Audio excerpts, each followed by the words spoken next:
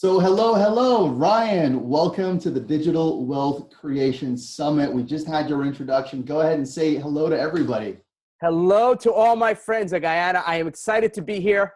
And that's it. I look at all your incredible smiling faces. It's like I can see you. I can feel you right here through the camera. Awesome stuff, man. So, our MC just gave a little introduction about who Ryan Lee is. But if we were to ask you directly, you look at Ryan Lee, you see terms like lifestyle entrepreneur. So if you could tell us in your own words, who's Ryan Lee and what's this whole lifestyle entrepreneur all about? I'm just a guy who likes to help other people. Really, if you kind of break it down to what the essence is, I mean, that's what I'm here for. It's to serve and to help other people. It started out helping them with online, we get them fit mostly through online stuff. And now it's really helping other entrepreneurs and people just live a better life. If people ask who I am, my most important role by far is being a dad. I have 4 kids. And as of today, they are 7, 9, 11, and 13. And that's like my why, which relates to lifestyle entrepreneurship. Because for me, what lifestyle entrepreneurship means to me is building a business around my life, not the other. A lot of times we work 24 hours a day, everyone's hustle. And then you kind of try to live in those, 20 minutes you have, or maybe not, maybe you feel so guilty and we're made to feel guilty about not working that we keep working. I always want to be able to kind of set my own hours, work when I want, where I want, whenever I want. And I told my wife, no matter what, I'm always going to be home by 3:30 in the afternoon. So I could then do all the afternoon activities with my kids. And I've coached baseball and soccer and lacrosse. And just that's, to me, that's what drives me. Maybe you have kids, maybe you don't have kids. Maybe you just want to make a million, like whatever your priority is, but I never judge and I don't define you and judge you. Whatever makes you happy, go for it. But I really like to not only build my business around my lifestyle, but that's what I like to teach other people how to do as well. Brilliant. And I know that message is going to resonate with a lot of people listening right now. You've got a lot of people out there who are saying, I want to get into this thing, Ryan. I want to start this online business. I've maybe got some ideas, but I just don't know where to start. What would you tell them? The first thing you start with is, who are you serving? A lot of times I think entrepreneurs make the mistake of I don't want to say selfish, but it is kind of selfish because they're like, okay, this is my idea and this is what I'm doing. This is what I'm selling. And how do I get this out to the world? And then they spend so much time and effort creating this program or product or system, and they don't know, it's not really serving anyone in particular. It's not really meeting people's needs or helping them kind of fill a problem that they have or solve a problem. So the first thing you have to do is identify, who is this for? And in most cases, not every case, in most cases, it's really not a good idea to try to sell to everybody. And so I always say, start with a market and start especially with a niche market. You can always expand out. If you look at right now online, what's the biggest social media platform in the world, Rosh? Facebook, right? And everyone says, well, they reach everybody and they're successful. But if you think back to the history of Facebook, they started in a very specific market. And for all of you in the audience, where did Facebook start? Let me see. Shout it out right now. Go ahead. Shout out what market Facebook started in. Now, Rosh, obviously, I can't hear what everyone's saying, but I guarantee you there are people saying, well, they started with college and university. They did, but they actually started with a smaller slice. And some people might even be saying Ivy League schools. They started with a specific university, specific college. They started with just Harvard. When Facebook first opened, it was only for people in Harvard. So they went really, really niched, right? They got some traction. Then they opened it up to the Ivy League schools, which is, there's about 10 or 12 different Ivy League schools. Then they opened it up to all universities, then to high school, then to everybody. So even Facebook started with a niche market. Amazon, biggest e-commerce platform in the world by far, started off selling just books to book lovers. So don't be afraid about going narrow. But I say that's the first place you got to start, is be very, very specific on who you're serving. Then you get to know those people. What are the biggest problems they have? How can you help them? Then you create your products and services to help them. And it's the best match is when you have that market that has this burning desire, this need, this want, something they need help with. matching it up with something you love to do and something you're good at and something you've been told you're good at. When you can marry those two, that's when the magic happens. It's not just about, oh, this is what I'm passionate about doing. How do I make money at it? Because no one, here's the truth, right? I always, Rosh, you've known me for a long time. I'm always going to tell you the truth. It's not about you. It's never about you. It's about your audience and serving them. And that's it. You've got to really get that. So create products and services that help people. Brilliant, brilliant. Absolutely love that, man. So, you know, I guess we understand that at the conceptual level, but if we go down deeper, and I know you're a guy who's big on actionable stuff and tactical stuff. So if we went a bit more in the trenches, you know, what might that look like? I mean, does it start with a website? Does it start with a Facebook page? I mean, how do people actually start to do this thing and then put it out to the world to get those vital first signups going? Okay. So now I'm assuming we're talking probably more online stuff, right? Yes. As opposed to like, well, I want to have a coffee shop that serves a certain thing, right? So assuming we're more online. So now that we've kind of identified the niche, you're going to identify, okay, well, what's that thing? You know, what's that thing that's going to make me different and special? We start to get an idea, okay, what's the direction we're going? So now that we've got that out of the way, what do we actually do? For me, the most important thing in the world with your online business is getting the lead, is building your list. Far and away, everyone is focused on, well, I want to do a Facebook page and have as many fans, or I want to set up Twitter and get as many followers, or Instagram, or whatever the flavor of the month is, you know, for today or this month or this week or year. But the reality is most of your sales, a majority of sales, could be 90, 95% of your sales are going to come from your email list. Everyone's like, well, email is dead. That's BS. That is 100% BS. Every company that I've ever run and the companies that I know that do 7, 8, 9 figures and above still have email as their number one way to sell. So I would probably set up like a simple, what's called an opt-in page or a landing page where you have an offer. Hey, give me your email and you'll get a newsletter. You'll get this free digital download. You'll get this free product. You'll get a coupon. You'll get a call with me. You'll get something of value for giving me your email, because there's got to be an exchange of value. And you get them on your list and you simply develop a relationship. You develop trust. This is where you can test different headlines. You know, if you are selling, so Rosh, give me any topic, any market, something, and we'll kind of brainstorm here. So let's say health and wellness. Okay, health and wellness. So, you know, you start kind of narrowing in on what it is, what are people really interested in on your list. So maybe one subject is about people with diabetes. Maybe it's about recipes. Maybe it's about a workout. Maybe it's about a kettlebell workout.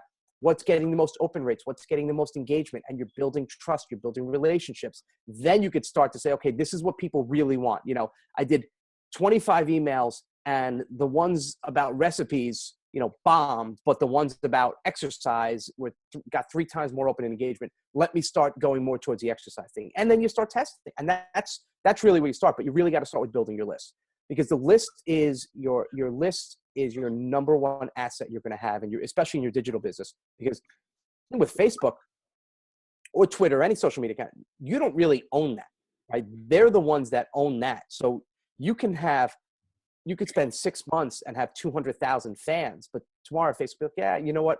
We don't really want to work with the health and fitness niche. We're closing you down. I have a friend, I'm not going to mention his name, over 230 or 240,000 followers in Facebook. And that's where 99.9% of his business and focus was just on that one Facebook page. That was it. His whole entire business was on that. And I think because he's a little controversial, he got a lot of complaints. Facebook, basically, his page is still up, but he can't update it anymore. I don't know if Facebook put him on hold. It's now been 1 month. And he's dead. Not dead, like he's alive, but he can't engage because he put all his eggs in that basket, and in a basket he didn't control. If he would have been building his list that whole time and had a list of 200,000 in addition to Facebook, he'd be okay. But now I know he's struggling. He's struggling. So as of today, it's been almost exactly a month and he's still not able to update. And that's where he makes all his money. So I get nervous having my entire business rely on one other company, especially when they can own that. That is a great point. You know, we've been talking Rosh, about. I only make great points. I love it. So, you know, people are going to look at this and say, okay, I need to build my list. I get it. how do I go about doing that? Do I just post on my personal profile? Do I start a Facebook page? Do I start to run some ads? Do I look for somebody else in the space? I mean, like, how do I actually start doing that? The answer is yes. um, well, it's going to depend on a few things. Okay. The first thing is you have to look at all of the things you mentioned. Everything from whether it's free posting, whether it's so again, we have this opt-in page, your website. So maybe it's roshkhan.com/handsome man, right? Maybe the opt-in is how to be as good looking as Rosh. So that's the page, right? So this is the page. Now all of these different things are going to send traffic to that page. I wish I had like a little whiteboard. So everything is going to be going to that page. That's the way you look. That's the way you look at kind of traffic. Social media and all that stuff is only to drive people to that page to get them on the list. With that being said, all of those traffic sources, podcasting, guest articles, guest blogging, your own blog, are going to fall into one of two buckets. It's either going to be free.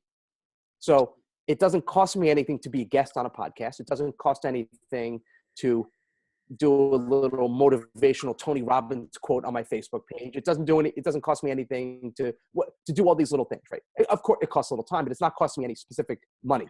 Sure. So if you have no budget, you don't really have a choice, right? You're going to have to stick with the free stuff.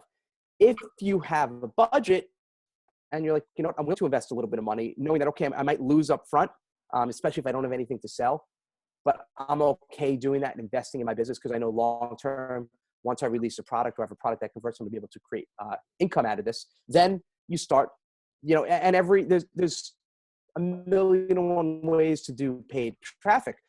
Right now, as of today here in Guyana, the best way is probably with Facebook ads because it's still relatively inexpensive and it's so easy to get started and you can laser focus. You could say, you know what, I only want to target women who are between the ages of 30 and 50, who live in this section of Guyana, who are interested in health and fitness.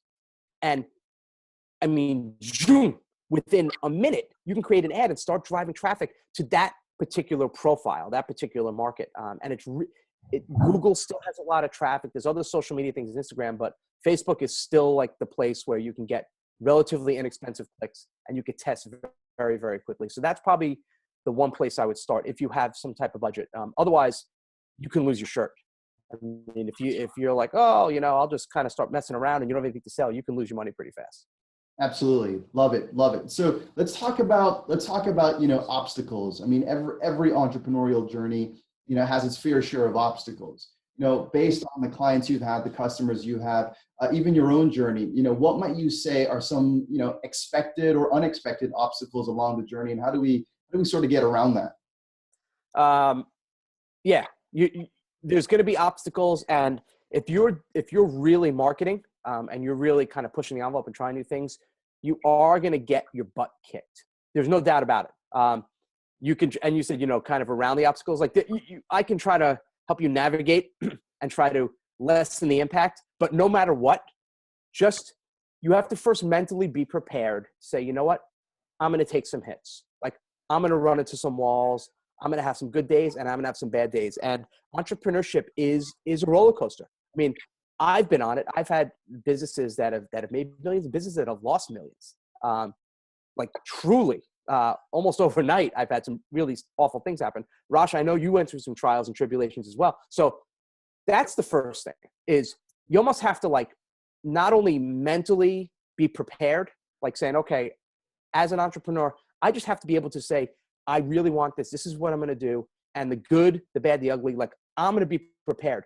Because resilience is the name of the game. Like if you guys have ever seen the movie Rocky, right? Rocky has this one line. It's like, it's not how often you get hit, it's how often you keep coming back. Rah, like that whole growling Rocky. But it's true. Yes. And I've been down a lot. And the one thing about me, I don't know why I have this, but I always get up and I'm going to get up better than before. So that, and in addition to the mental, I think physical, like whatever you can do to physically, spiritually get yourself ready. Because if you are 40, 50 pounds overweight and your health isn't good, it's very hard to have high energy, to have the mental clarity to go through the obstacles, right? So I'm not saying you have to have six-pack abs and be obsessed with health, but you got to start looking at, treating your body like you're training for something, like you're training for the Olympics. Like, let's get physically, healthily, mentally, spiritually well, meditate, whatever you have to do to be at peak performance, because that's really going to make a difference. Because if you're really overweight, you're not in good shape, and you're always tired, and it's hard when you get your butt kicked to get back up again. It really is. So, okay, that's my little rant there.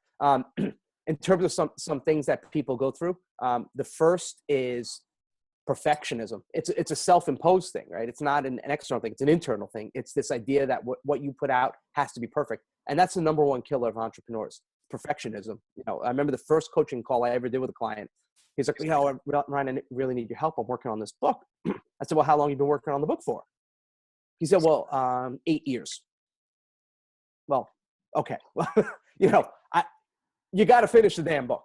It's never going to be perfect, because I've written a couple books, and the minute you put it out, I'm talking the minute you put it out, you open it up, and I'm like, all right, I wish I would have said that differently. So get over trying to be perfect, because it's not going to be perfect. Just be okay. Be as good as you can be, and deliver really good stuff, but don't worry about perfectionism.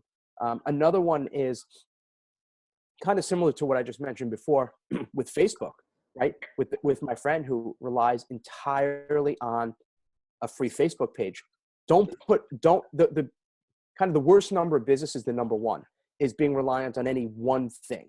And that's relying on just you and not eventually having a team. That's relying on one traffic source. That's relying on just one revenue stream, on just one email. Like, just one is dangerous, because if that one thing goes away, you're in trouble. With we had a supplement company that at the peak was doing 7 figures a month. And we had essentially one traffic source, which was affiliates, which was other people sending traffic. And when our top affiliate left and competed with us, and was able to do different things that we couldn't do because we had such big infrastructure at that time, we lost all that traffic. So overnight, everyone left. And we still had all this $1 million infrastructure, and it hurt a lot because we relied on one traffic stream. So again, the piece of advice to getting started: get over the perfectionism, and that don't rely on just one thing, whether it's one traffic stream. You've got to create multiple streams of income and multiple streams of traffic. As we wrap up, the last question really is, what would be that sort of wrap up final point? What would be your last tip? If anybody gets anything from this conference today, they go home, what's that one thing that should resonate? I'd say the overall thing is serve others. Really be a good person. There's so many people trying so hard to make money online and doing things they shouldn't be doing and saying things they shouldn't be saying.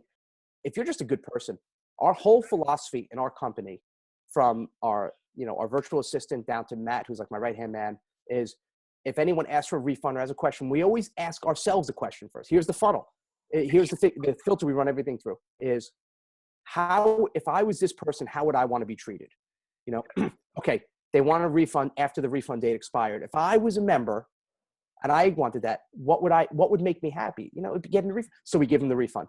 If you just treat people well and treat them with respect, and you're transparent and open and honest, you'd be amazed at how good things are going to turn out, not just for you, but for them, and how good you feel about what you do. I feel proud to wear this. My kids are proud. One of my kids the other day was drawing something in school, something in the United States and about freedom. And she said, and I told my teacher that you have this company, and I spelled freedom with the Y. My 9-year-old did that. So it's like, you can when you do this the right way, you can hold your head up high. And it also does help with all the other stuffs, with retention, with good word. It's so much easier to keep people and to offer them new products and things to resell than it is to go out and try to find new people all the time. So just treat people well. It's so simple and so refreshingly. It's just the way to live. And when you do it, good things happen. Brilliant. It's, people first is good business. Ryan, thank you so much for being here. Thanks for coming in, spending some time. I know people pay a lot of money to be able to work with you directly, and Billions. to have you here is really been a pleasure. So Ryan, thank you, and hopefully we bring you down in person later this year. So I look forward to that. Thanks again, Ryan. You got it. You know, my father-in-law, who passed away recently, was from Guyana, so that's on my list. So good luck, everybody, and thanks for having me. All right, take care, Ryan.